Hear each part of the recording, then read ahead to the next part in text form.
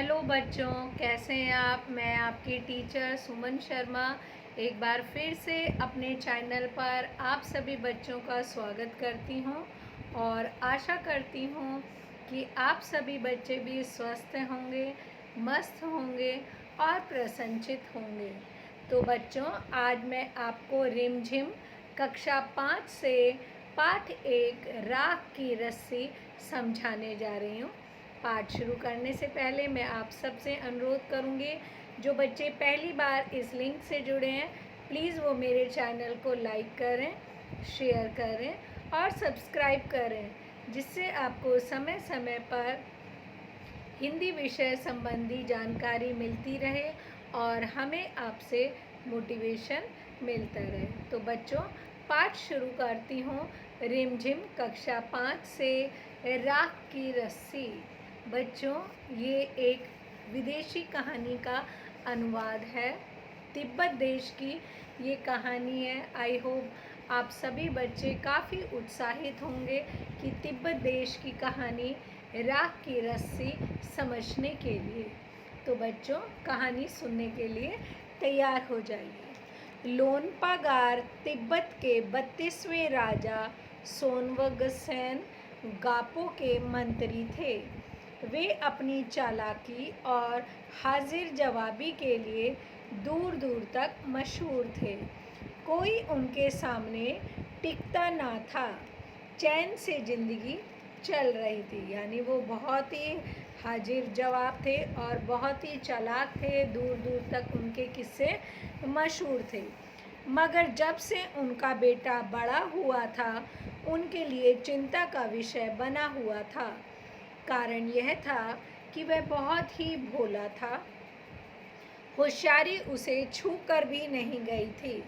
लोनपागार ने सोचा, मेरा बेटा बहुत सीधा साधा है, मेरे बाद इसका काम कैसे चलेगा। हर पिता की तरह उनका भी ये रहा कि मेरे बाद मेरे बच्चे का क्या होगा। इसीलिए वो चिंतित थे।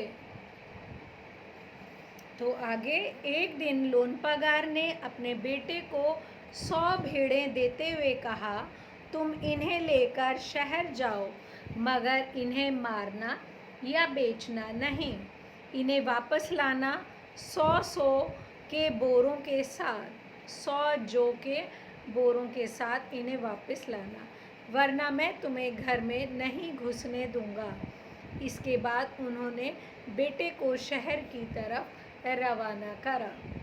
लोनपागार का बेटा शहर पहुंच गया, मगर इतने बोरे जौ खरीदने के लिए उसके पास रुपए ही कहाँ थे।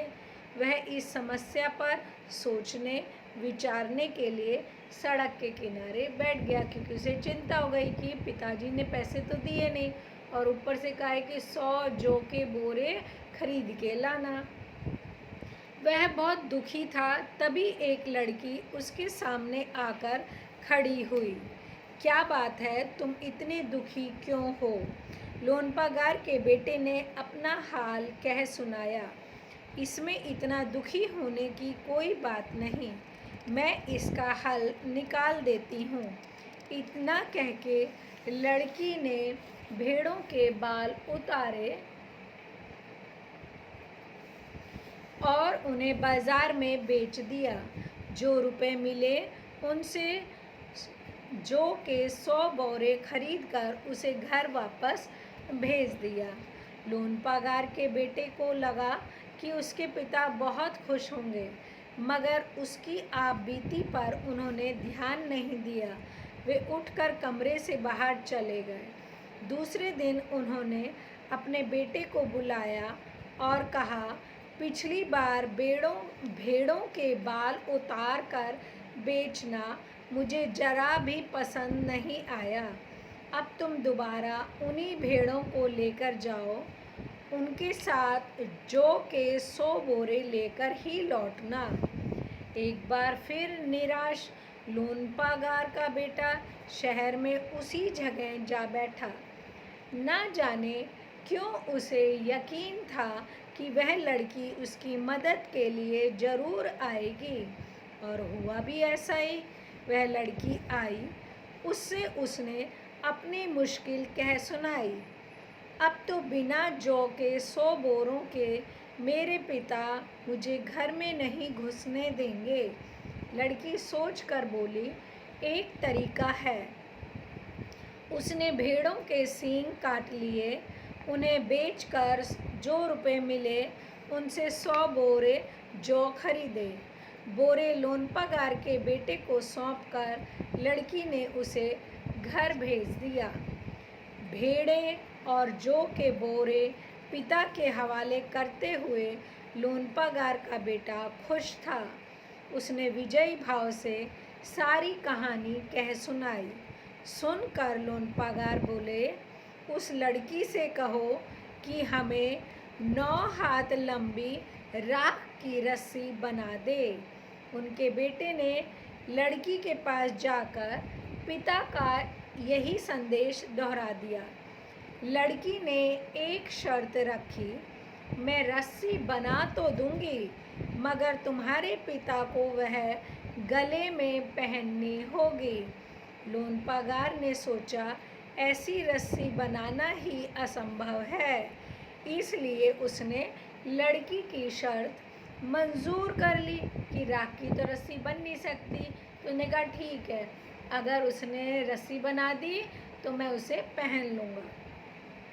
अगले दिन लड़की ने 9 हाथ लंबी रस्सी ली, उसे पत्थर के सिल पर रखा और जला दिया।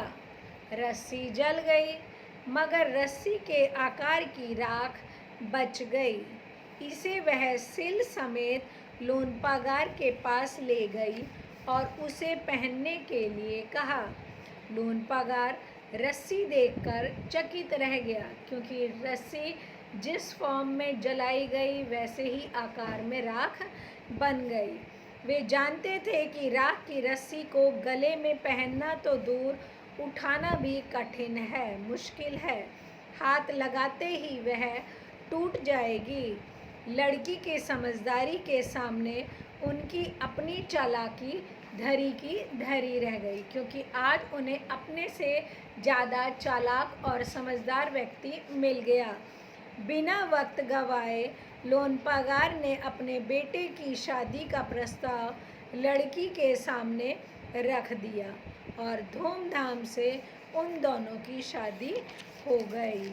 आई होप ये वाली कहानी राख की रस्सी आप सबको अच्छे से मज़ेदार तरीके से समझ में आई होगी।